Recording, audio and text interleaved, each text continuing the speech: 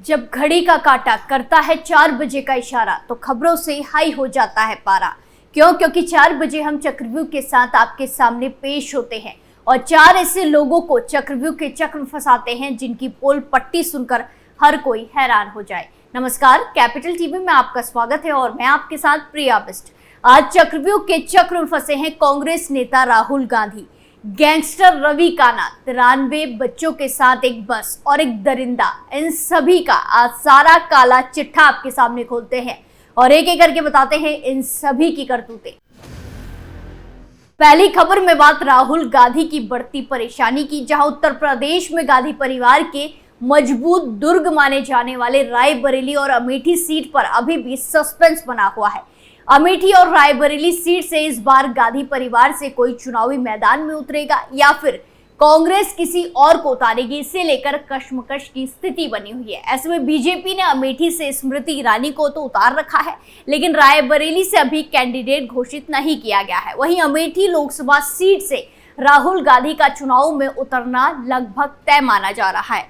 लेकिन इसी बीच प्रियंका गांधी के पति और राहुल गांधी के जीजा रॉबर्ट वाड्रा लगातार सुर्खियों में बने हैं। वो कई इंटरव्यू में एक्टिव राजनीति में आने का हिंट दे रहे हैं। उन्होंने अमेठी से चुनाव लड़ने के तक बात कह दी है। शुक्रवार को रॉबर्ट वाड्रा ऋषिकेश पहुंचे, जहां उन्होंने एक बार फिर राजनीति में आने की बात कही है। इसी को लेकर अब वाड्रा से सवाल किया गया तो उन्होंने कहा कि पूरे देश से आवाज आ रही है कि मुझे सक्रिय राजनीति में आना चाहिए, क्योंकि मैं हमेशा देश की जनता के बीच रहा हूं। 1999 से मैं वहां चुनाव प्रचार करने गया हूं।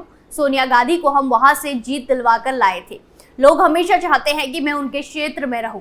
वहीं आपको बता दें कि रॉबर्ट वाड्रा इससे पहले भी चुनाव एक्टिव राजनीति में उतरने के संकेत दे चुके हैं। हालांकि कांग्रेस से इसके लेकर अभी तक कोई प्रतिक्रिया नहीं आई है। उन्होंने पहले भी एक इंटरव्यू में कहा था कि वो चुनाव लड़ने के लिए तैयार है।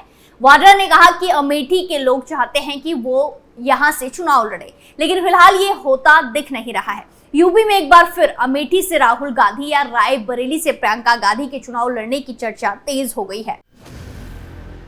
अगली खबर में बात गैंगस्टर रवि काना की। महज सरिया स्क्रैप के कारोबार से करोड़ों की संपत्ति का साम्राज्य कैसे खड़ा किया? काजल झा को न्यू फ्रेंड्स कॉलोनी में 100 करोड़ रुपए का बंगला क्यों दिया गया? अभी और कितने बेनामी संपत्तियां ऐसी हैं जो पुलिस की नजरों से बची हैं? ये वो सवाल है जिसने अब गैंगस्टर रवि काना की मुश्किलें बढ़ा दी हैं। दरअसल सरिया स्क्रैप के कारोबार से अपराध की दुनिया में उतरा रविंदर नागर उर्फ रवि काना और उसकी गर्लफ्रेंड काजल झा आखिरकार यूपी पुलिस की गिरफ्त में आ गए हैं। 23 अप्रैल को इन दोनों को थाईलैंड में हिरासत में लिया गया था। इसके बाद से ही इन्हें भारत डिपोर्ट करने की कोशिशें जारी थी।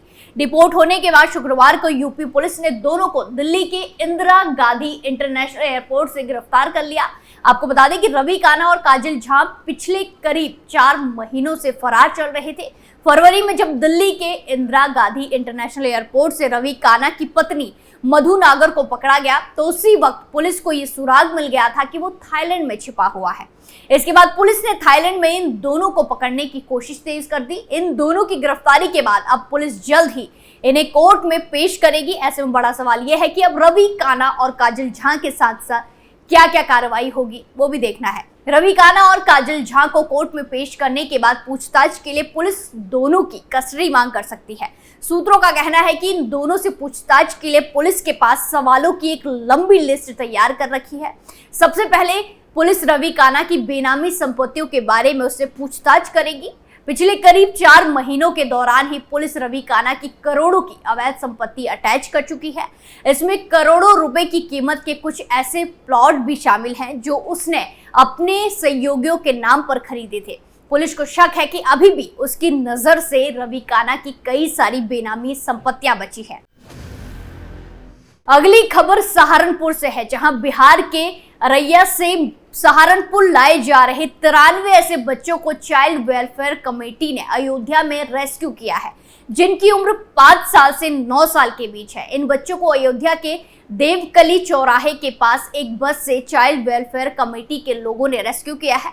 बस में बच्चों को जानवरों की तरह भरा गया। ये बच्चे गरीब परिवार के हैं, कुछ ऐसे भी हैं जिनके माता पिता तक नहीं है। चाइल्ड वेलफेयर कमेटी के सदस्यों का कहना है कि इन बच्चों में से कई के आधार कार्ड फर्जी भी हो सकते हैं। यह मामला बड़ी साजिश का हिस्सा भी हो सकता है। वहीं चाइल्ड वेलफेयर कमेटी की सदस्य सुनीता यादव ने कहा कि अभी जो बच्चे मिले हैं उनकी काउंसलिंग हो रही है। बच्चों को ये नहीं पता है कि वो आपस में भाई बहन हैं या मोहल्ले के हैं। ऐसा भी हो सकता है कि वो एड्रेस गलत बता रहे हो। आधार कार्ड जब चेक किया गया तो अपने जिले का नाम तक नहीं बता पा रहे। कोई बच्चा 15 साल का लग रहा है तो कोई 15 साल का भी नहीं लग रहा है। वो मदरसे जा रहे थे, बच्चों को कुछ नहीं पता कि वो कहाँ जा रहे थे, उनको कहाँ ले जाया जा रहा था। पुलिस बस में मौजूद ड्राइवर और मौलवियों से इंटेलिजेंस और अयोध्या पुलिस पूछताछ कर रही है।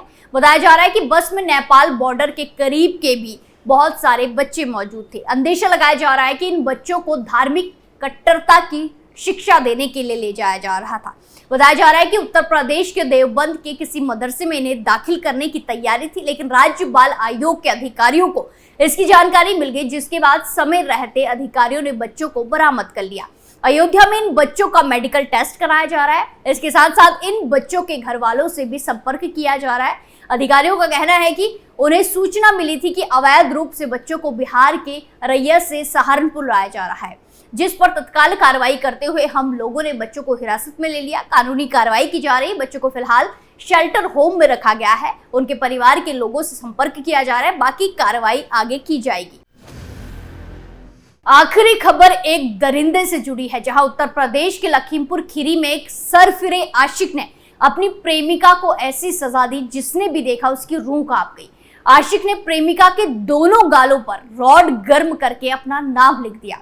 दरअसल पूरा मामला जिले के धोरहरा थाना क्षेत्र के एक गांव का है। आरोपी लड़के का नाम अमन बताया जा रहा है। आरोपी लड़के और पीड़िता के बीच काफी वक्त से प्रेम प्रसंग चल रहा था। दोनों आए दिन एक दूसरे से मिला करते थे। बस ऐसी ही एक मुलाकात में लड़के ने पीड़िता से शादी करने की इच्छा जाहिर की। शादी के प्रपोजल से युवती ने साफ इनकार कर दिया। इनकार सुनने के बाद लड़का आपे से बाहर हो गया और उसने लड़की के दोनों गालों पर गर्म रॉड से अपना नाम लिख दिया। इस हैवानियत के बाद जैसे तैसे लड़की अपने परिजनों के पास पहुंची। परिजनों ने जब उसका ये हाल देखा तो वो भी सन्न रह गए।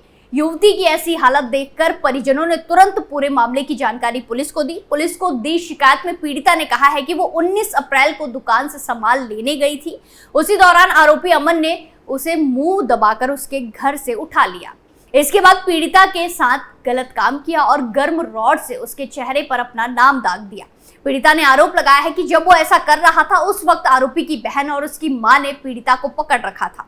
पीड़िता ने पुलिस से आरोपी को सख्त से सख्त सजा देने की मांग की है। हालांकि आरोपी अभी भी पुलिस की गिरफ्त से बाहर है। लखीमपुर खीरी जिले के एडिशनल एसपी वेस्ट पवन गौतम ने बताया कि संबंधित प्रकरण में एफआईआर दर्ज कर ली गई है। आवश्यक कार्रवाई की जा रही है। पुलिस ने आश्वासन दिया है कि जल्द ही आरोपी को गिरफ्तार किया जाएगा। आज हमने देखा कैसे चक्रव्यूह के चक्र में कांग्रेस नेता राहुल गांधी, गैंगस्टर रवि काना, 93 बच्चों के साथ एक बस और एक दरिंदा फंसे और उनकी पूरी पोल पट्टी खुलकर सबके सामने आ गई। चक्रव्यूह फिलहाल के लिए इतना ही। फिर पेश होंगे सनसनीखेज खुलासों के साथ। बाकी तमाम खबरों के लिए देखते रहिए कैपिटल टीवी उत्तर प्रदेश। नमस्कार।